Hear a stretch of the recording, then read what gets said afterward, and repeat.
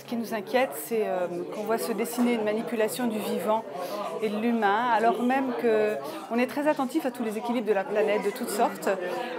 Et puis, il y a un lieu où on semble ne pas faire usage du principe de précaution, c'est le petit homme, c'est les gamètes, les embryons, les enfants. Et là, tout ce qui est technologiquement possible devrait pouvoir être légalisé. C'est ça qui se dessine avec ce projet de loi.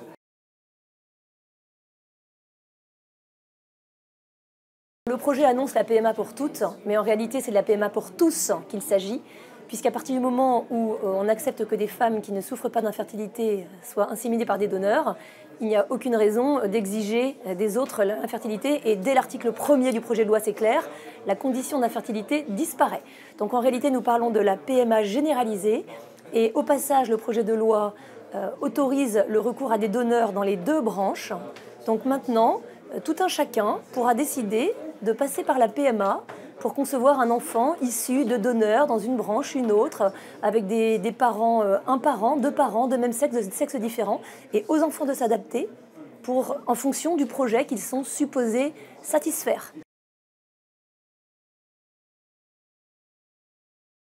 Nous sommes tout à fait opposés à ce projet de loi parce que nous franchissons des barrières et je pense que nous allons vers une médecine qui n'aura plus de limites.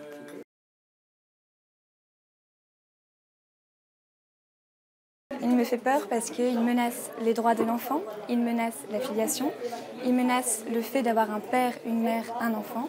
Et c'est les générations de demain, c'est plutôt ma génération qui est concernée. D'ailleurs, c'était le sujet des États généraux de la bioéthique lancés en 2018. Le thème était « Quel monde voulons-nous pour demain ?»